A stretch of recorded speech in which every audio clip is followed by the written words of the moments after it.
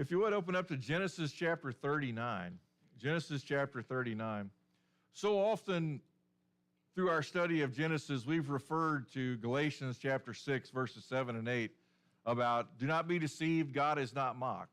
What a man sows, he will also reap. And so often we've had to look at that in such a negative light of, you see people who are deceptive, you see them later on be deceived by others. You see people who go around sowing things in terms of partiality. You see all of a sudden they become the victim of partiality. You see these things come over and over again in the cycles. Now you start to see Joseph, and you see how he's going about things is always tied around what is righteous, what is holy, what he is doing, and now to see how God takes care of him, even through the midst of difficulties, to still reap what he's been sowing. You don't mock God. Don't be deceived to think it turns out a different way. And so last week as we went through Genesis 39 to see the beginnings, and once again, chapter 39, Joseph is about 17 years old at the beginning of the chapter. By the time you get to the end of the chapter, his age is going to be around 28 years old. And so you have this time lapse of about 11 years through chapter 39. And seeing these things come together, here he is. He's taken into Potiphar's household as a slave. Potiphar can tell that the hand of the Lord is with him, that the Lord is with him, and he puts more on Joseph. And seemingly until the point where everything is under Joseph's control. And Potiphar can even look and tell that these things are happening because the Lord, the covenant God, is with him. And in seeing that, all of a sudden things continue. Everything seems to be going well. And then, of course, Potiphar's wife decides that she wants to lay with him. He's a very desirable young man, beautiful in terms of, beauty's not the word it uses, but handsome in form and even appearance. And she doesn't just do it once. You see her daily coming after Joseph. And you think, you just have to fail once to fail. And yet you see Joseph in all these things. He has the words to say in terms of, how could I do this and this great evil and sin against God? This is the way he sees his integrity and his character. I'm doing this because of who God is. I'm not going to turn away from him. Look at what he's done for me in my life in terms of going, sold off as a 17-year-old by his brothers. Now here he is as a slave in Potiphar's household. Yet here's the favor of God, blessings. He's prospering in terms of name and character. And all of a sudden, here she is. And of course, he continually turns her down. And in doing that, then it turns around.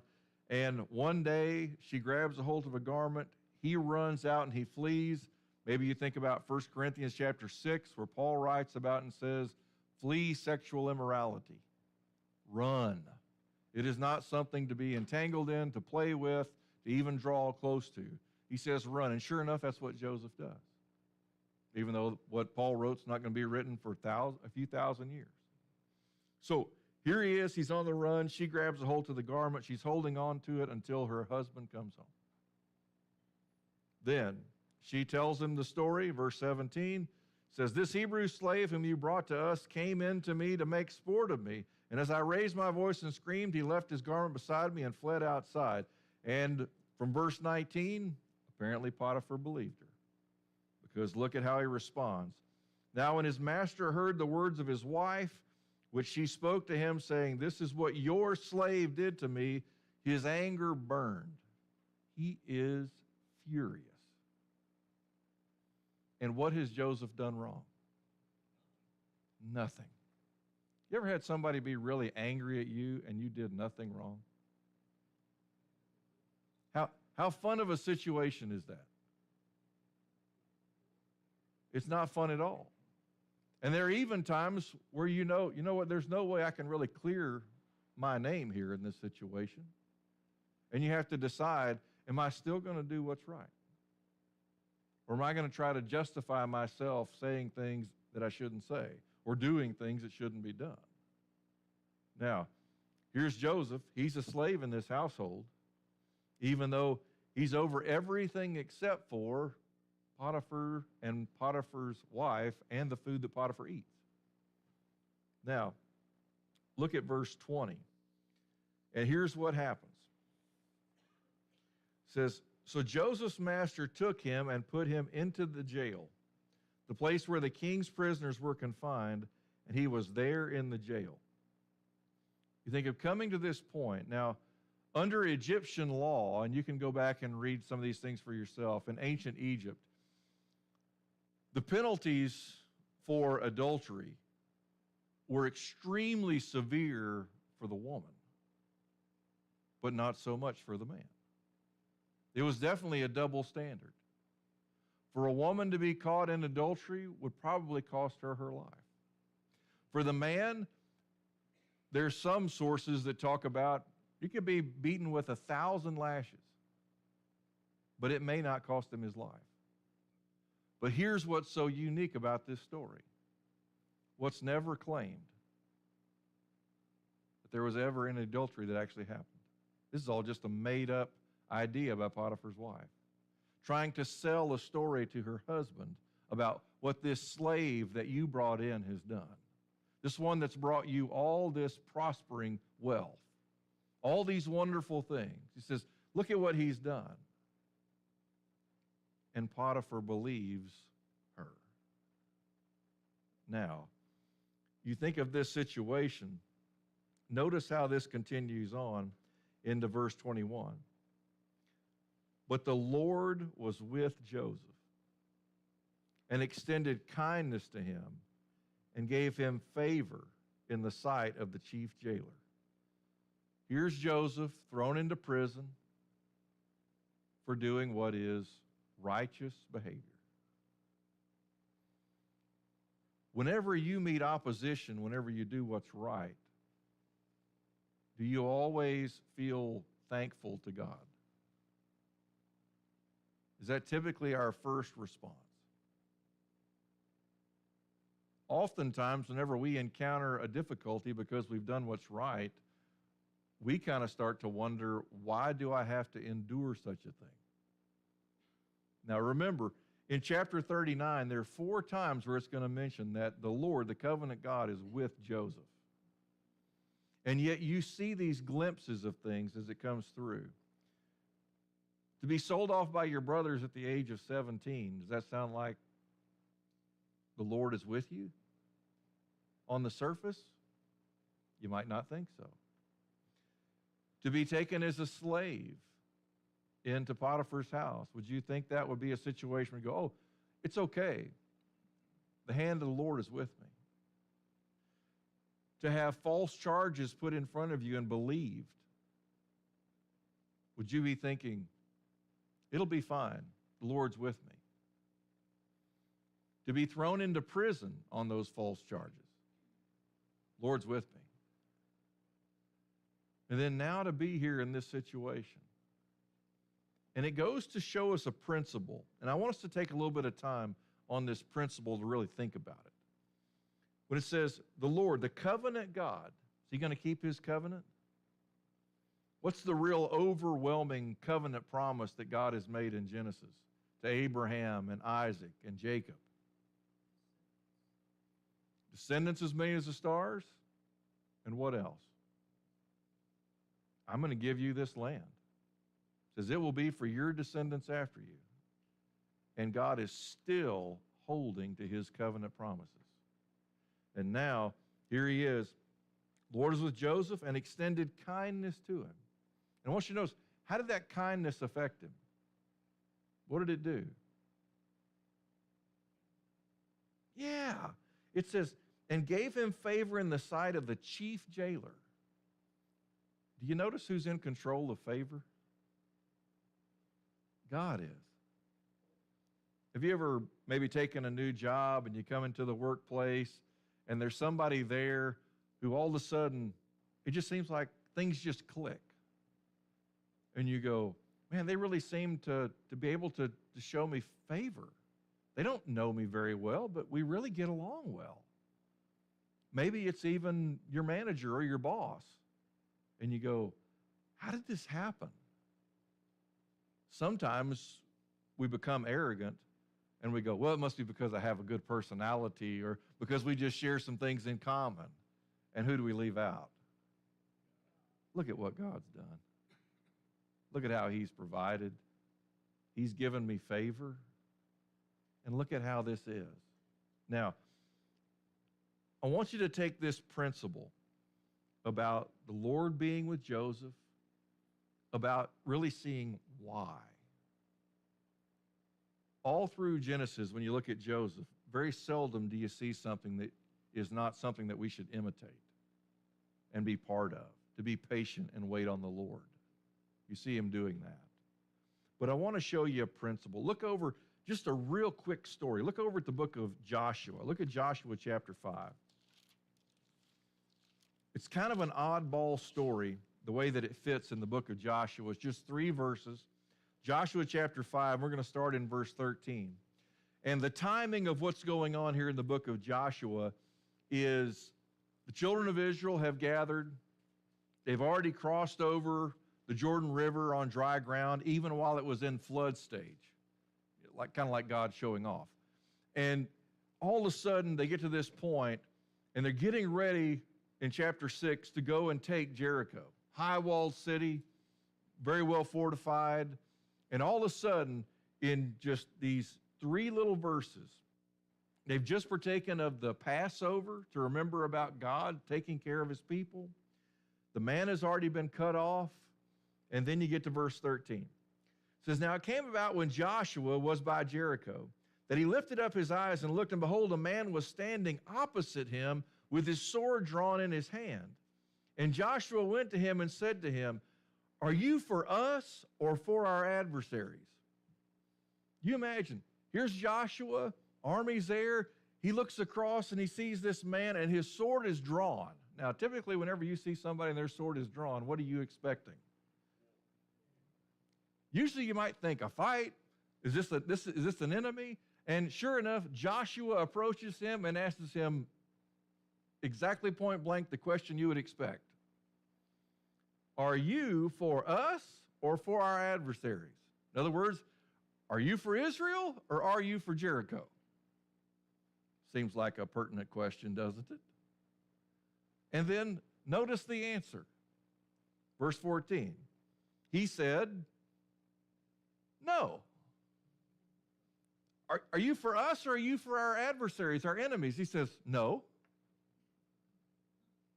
Well, that's not what was probably expected. He says, no, rather I indeed come now as captain of the host of the Lord. Oh. He's not dealing in terms of Israel and Jericho. He says, I come now as captain of the host of the covenant God.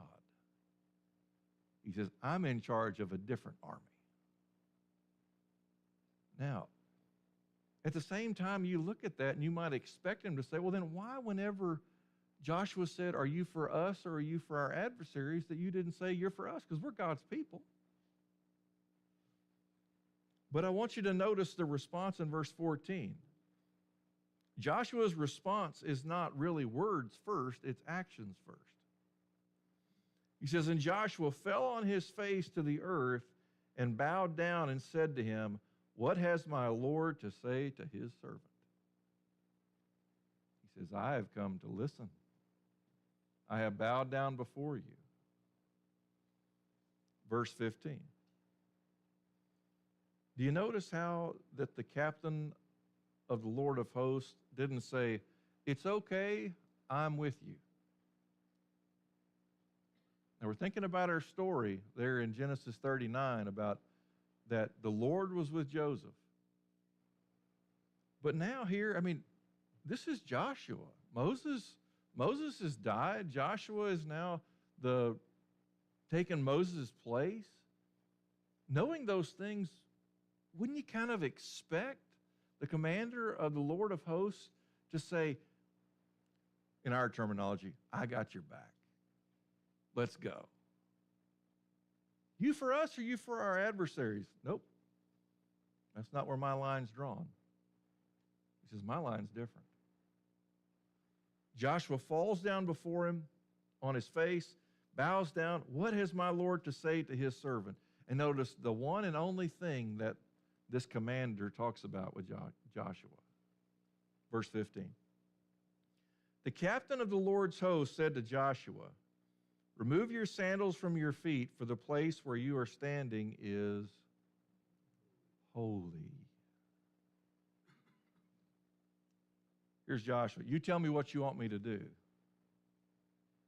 He says, you remember about holiness, and you address it accordingly. Where you're standing is holy ground. Now, I want you to think about the situation from what I assume you probably already know. Is Israel and everyone within it completely and totally holy to God? No. Is everybody who's in Jericho completely and totally profane to God? No. Because who lives in Jericho? Rahab. And she has such great faith in the God of Israel. And the people in Jericho, their hearts melted 40 years ago when they heard about God's people coming out of Egypt and crossing over the Red Sea on dry ground. And she's going to be responding out of faith to hide those two spies that are coming, or that have already been there and have left. And you realize, and then yet in Israel, there's a man by the name of Achan that whenever the Lord tears down the walls of Jericho, because Israel's been obedient to what God commanded them to do for 7 days, and they've been completely told, everything in this city's under a ban, none of this is for you, but what's Achan going to do? He's going to take some of the things that should be dedicated to God. And because of that, him and his family is going to be utterly destroyed. Can you understand why the commander of the Lord's army is saying, are you for us or for our enemies? Nope. That's not where my line's drawn. What's his line drawn on? What's holy. He says, if you want the Lord to be with you, where do you need to walk? You'd better do what's holy behavior. What do you see in Joseph? What's he doing? Is his behavior holy? Is he being righteous? You say, well, God sold me off. My own brothers did it when I was 17. If I want to sleep and do some great evil with this woman, don't you think I'm entitled to it? He doesn't do anything like that, does he? That wouldn't be holy behavior. He doesn't throw up a stink from what's written down whenever all of a sudden, hey, that woman's lying against me. I didn't do any of those things. Throw me into prison. Lord can take care of me there too. See, when you get focused on what's holy, what happens to all these situations in life? What do you know? God will take care of you. He will carry you. Now, you start to understand this principle. Lord is with you. Now, here in Joshua, look down at Joshua chapter 6 and look at verse 27. Just the last phrase. Joshua 6:27. So the Lord, the covenant God, was with Joshua, and his fame was in all the land. God's going to be with Joshua. Why? What kind of behavior are you going to see in Joshua? Honor of God, righteous, holy. He's been a man of faith even 40 years ago, right? When those 10 other spies were saying, we're so small compared to these people of Canaan. Joshua and Caleb said what? With God, we can conquer them. Let's go. And you realize, and yet he has to endure the wilderness. And he doesn't complain about it either. You see, if we want the Lord to be with us, we're going to have to decide, do we want to walk in what's holy or not? Because that decision will make that outcome. Let me just pose the question this way. In all your understanding of Scripture, 1,189 chapters from Genesis 1 to Revelation 22,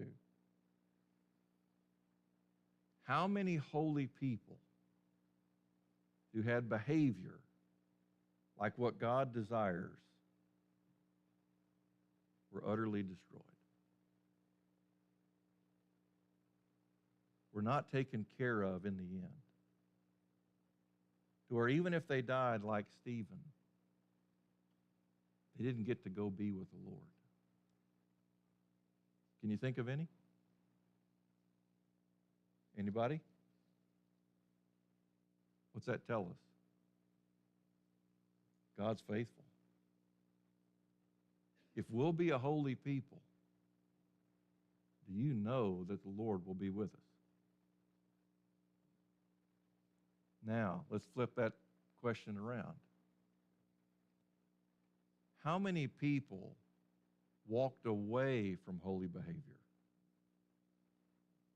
And what happened to them? Lost, destroyed, utterly distressed, worried.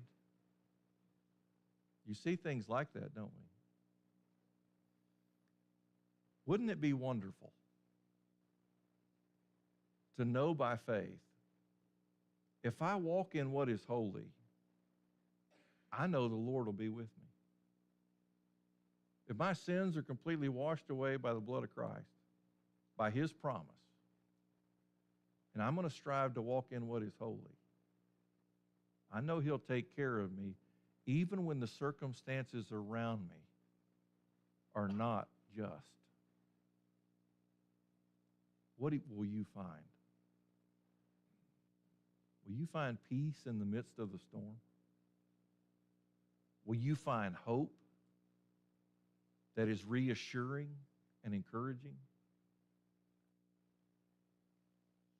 That is written on every page of these scriptures. Do we believe it? Chuck?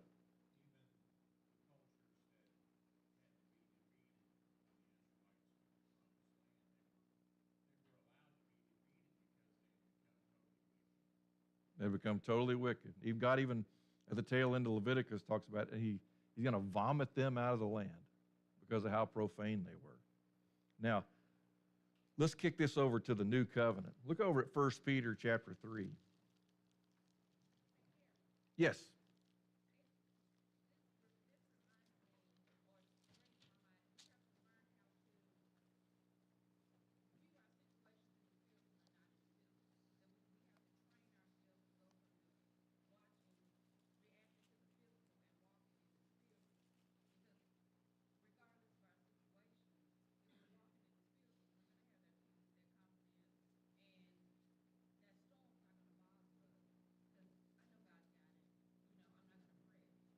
Right.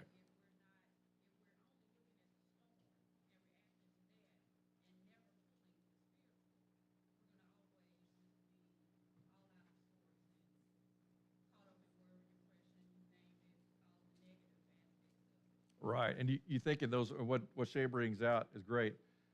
Making sure that we look at it through the spiritual mindset, not the physical. If you want to think about it, 2 Corinthians chapter 5, verse 7, if I'm remembering it right, talks about we walk by faith, not by sight. But yet, what do we absorb more things through? Sight. So we're going to have to learn to change the way we think, right? So, 1 Peter chapter 3, look down at verse 13. Who is there to harm you if you prove zealous for what is good? Who's going to hurt you? Now, we might naturally want to look at that question and go, oh, fantastic, nobody. But look at the next verse, because that's not the conclusion. Verse 14. But even if you should suffer for the sake of righteousness, you are blessed. blessed. Now notice, this is not tied around suffering for evil or suffering for, wrong motives or for wrong actions. This is about suffering for the sake of righteousness. If you start looking back at the life of Joseph, what is he suffering for? Doing wrong? He's suffering for doing what's right. I mean, he went up there to Dothan to check on his brothers because that's what his father commanded him to do. So he's doing what he was asked to do. And so you notice the statement here. He says, but even if you should suffer for the sake of righteousness, you are blessed. And this Greek word for blessed is one that has to do with two things in particular. Number one, favor from God. The second, and how long will that favor last? It'll last as long as you hold to the same characteristics. So as long as you're willing to continue to suffer for the sake of righteousness, what will God see you as? You have his favor. Did Joseph have the favor of God after he was sold off by his brothers? Did he have the favor of God whenever he was a slave in Potiphar's house? Did he have the favor of God? We'll see a little bit more of that. Whenever here he is in prison, he still has it. It's amazing. Mankind can warp and change things, but it doesn't change what God's doing. To still be able to bless him in the midst of these different situations. Notice how it continues. Even if you should suffer for the sake of righteousness, you are blessed. Not you will be, not you could be, but you are. Is that important? Is that important to you? It's important to me. He says, and do not fear their intimidation and do not be troubled. What will they try to do? Intimidate you. Hey, look, unless you start lying on this report, you're going to get fired. What's that? Intimidation. And what are they trying to get you to get away from? Righteousness, honesty, integrity. He says, don't be troubled. Don't have any fear. Suffer for what's righteous. He says, do not fear their intimidation. They're sure going to try. Do not be troubled. Verse 15. But how are you supposed to act in these moments? But sanctify Christ as Lord in your hearts. So all of a sudden, here's this intimidation to try and get you to swerve away from what's righteous. He says, what must we do? Lord, I'm going to make sure that I have set you upon the throne of my heart. And of course, sanctify is always tied to what? Holiness. The Lord is in a place in my heart that is holy. I don't view anybody else's commands or thinking the same way I view his. He is not common. I'm going to sanctify him as Lord over my heart. How many of your decisions do you make in your heart? All of them. So when it comes down time to go, well, I'd hate to lose my job right now. It's a hard market. I'm going to sanctify the Lord, and I'm going to let him be the one that I obey. I want his favor because he stands in complete control. And then to go, he says, the next aspect, Christ is Lord in your hearts, always being ready to make a defense to everyone who asks you to give an account for the hope that is in you. Now, I don't know how many times in my life I've heard verse 15 that means you have to have some kind of spiritual answer for every question somebody could ever ask you. That is not what that verse is saying, is it? It's saying that whenever people are trying to intimidate you and to trouble you, and you can keep on walking with Christ as Lord over your hearts, and you have a hopeful expectation. I want you to think about the way we talk about faith. Faith is the substance. It's the assurance of things hoped for. I've got hope because I know the covenant God who made the promise. And he keeps his promises. And so hear people going, "Oh man, aren't you concerned you're going to lose your job? I noticed on that report you didn't lie about those numbers the way he told you to. And I know he told you to because I could hear him way out here in my office." How can you still have such a good attitude? Let me tell you about the hope I have. Let me tell you about the Lord I serve. Let me tell you about who's sitting on the throne of my heart. And he demands integrity. He demands honesty. And I'm not going to swerve away from it. And I don't care if I get fired for it. But I'm going to have the right attitude. Now, what do you think that does to someone else? It's been nice knowing you. I'll put in a good word if you give me a chance. I'll write you a letter of recommendation for somebody else. You're not going to be here very long. And then all of a sudden,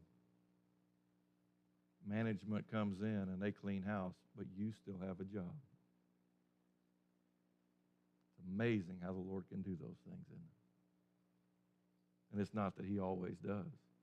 Sometimes we need to be somewhere else. But notice how it continues here. Sanctify Christ as Lord in your hearts, always being ready to make a defense to everyone who asks you to give an account for the hope that is in you, yet with gentleness and reverence.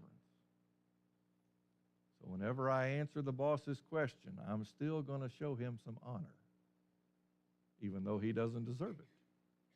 I'll still show him honor. And whenever I talk to him, I'm not going to raise my voice.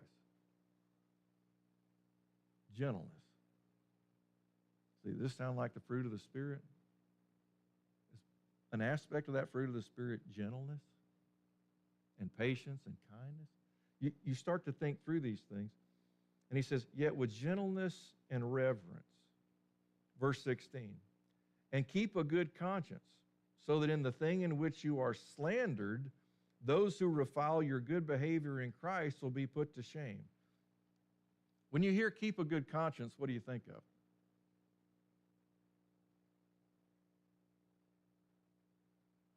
Someone tells you to keep a good conscience. What do you draw out of that? Okay, someone who's been close to God. Purity. Doing what's right when no one's looking. If you notice the way it's phrased here, it doesn't say get a good conscience. It says keep. How do you keep a good conscience? Doing what you know is right. It's as simple as that, isn't it? Do what you know is right.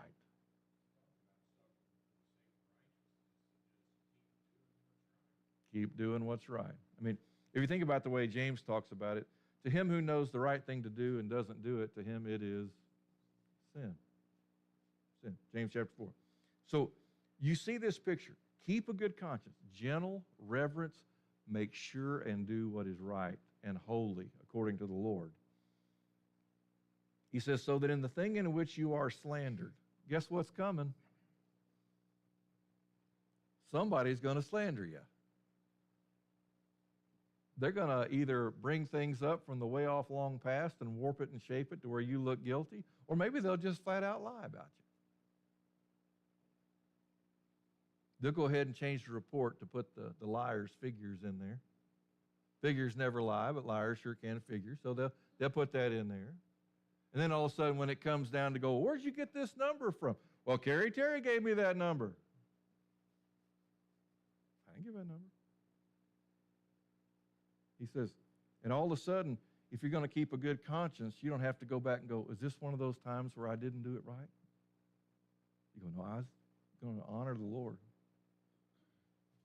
And you realize whenever they're going to slander you, he says, those who revile, they verbally abuse your good behavior. So you know what you're going to do to our department if you keep on putting those figures out there? You're going to destroy us all. He says, and you're going to get what's coming to you. They'll call you all kinds of things. They'll verbally abuse you. They don't mind. He says, those who revile your good behavior in Christ will be put to shame. But guess what's always coming? Truth stands by itself, doesn't it?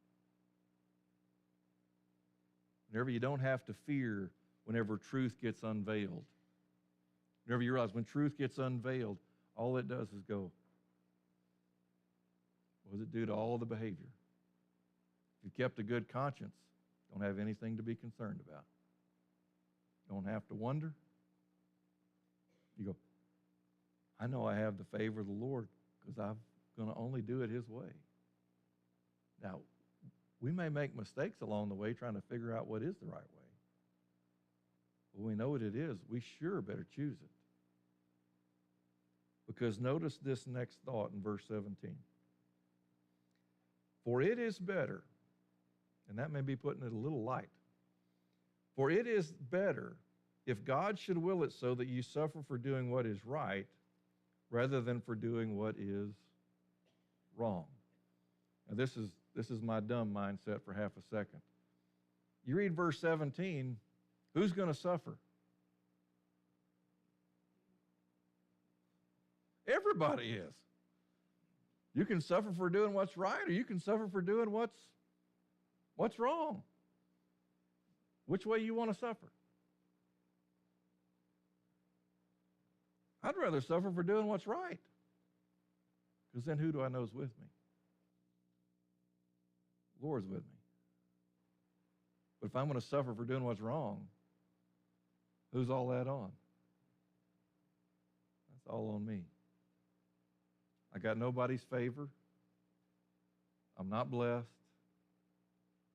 I'm not working off of anybody's covenant promises that are good. I'm going to have to suffer a long ways down for it. Isn't it something when you make up your mind? You know what? If I have to suffer either way, I might as well just be smart and suffer for what's right.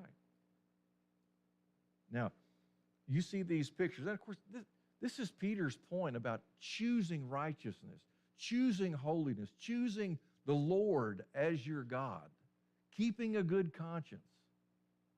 And you go, and I am with you.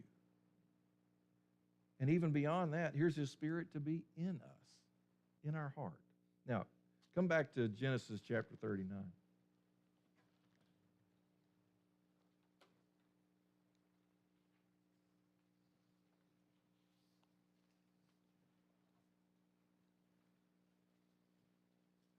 So when you look at verse 21, it says, but the Lord, the covenant God, was with Joseph and extended kindness to him and gave him favor in the sight of the chief jailer. Now, chiefs are higher than captains, just in case you're reading through this chapter. And to go, this is the chief jailer. I'm here because of some trumped up charges that aren't true.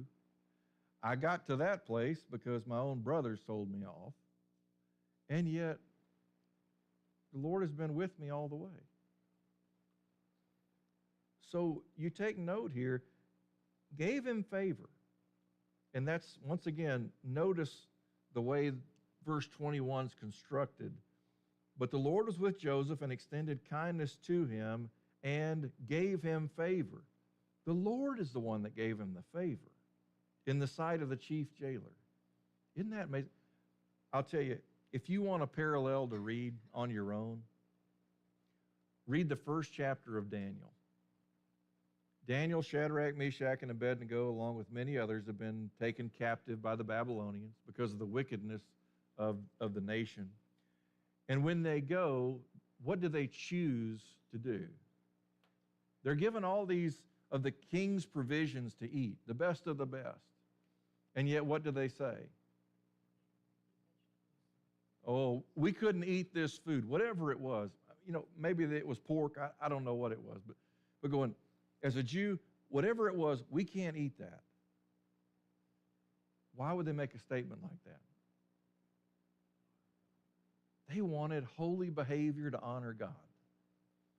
And they do it in an honorable way. They actually go to the person who's in charge of them and they say, can we not eat these provisions and have something different? And his first response is, You're going to get me killed. And then Daniel proposes, how about just 10 days? He said, I'll let you do it for 10 days. And sure enough, at the end of those 10 days, how do they look? They look better than the king's choicest food of those others who were eating. And it talks about in Daniel chapter 1, and it says that God's the one who gave them favor. And why did he show them favor? Because they had holy behavior. They were going to do it God's way. Even though they were completely outnumbered, even though they were in a foreign country, even though their own chief over them or manager originally says no, they make an appeal. And God grants them favor. Do we think God lacks ability to do that for us? Keep choosing what is godly, holy, righteous. Here's God saying, that is who I will be with. If you think back to the commander of the Lord of hosts, of going, are you for us or are you for our adversaries? And basically what he says is, I'm for what's holy. And that is who I fight for. You want him to fight for you? We're going to have to make some holy choices and set the Lord as on the throne of our heart. And so you see here in verse 21, and gave him favor in the sight of the chief jailer, verse 22. The chief jailer committed to Joseph's charge all the prisoners who were in the jail, so that whatever was done there, he was responsible for it. Oh, joy! I get to be over all the prisoners in the prison. Now, I mean, sometimes we look at these situations and go, that doesn't sound like favor. It doesn't sound like the Lord being with him, getting more responsibilities. Is he getting paid more? No, not at all. He's still in prison. And yet, because of his holy behavior, how does he react? What do you expect? Still going to do his best. Nobody's paying me anymore. How many times you see workers at a job? I'm doing more than this of my coworker over here, and I'm not getting paid as much as they get paid. And so what happens to their work ethic?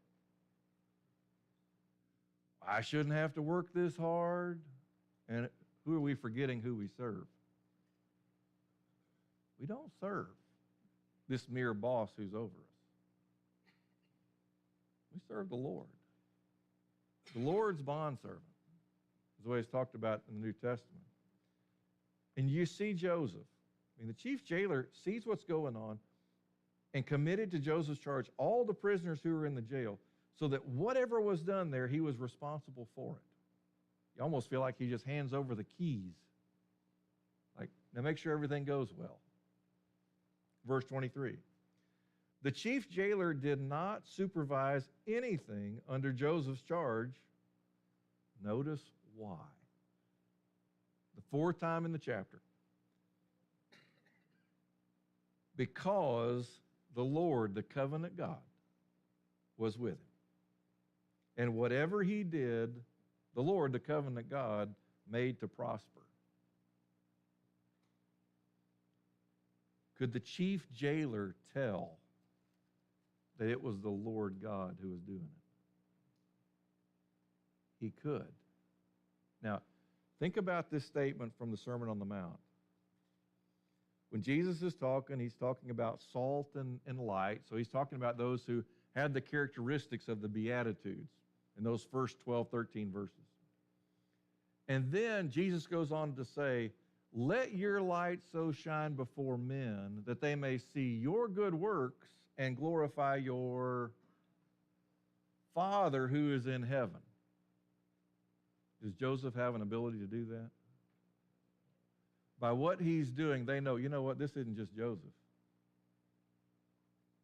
This is his God at work. Oh, that's wonderful. You ever received a compliment?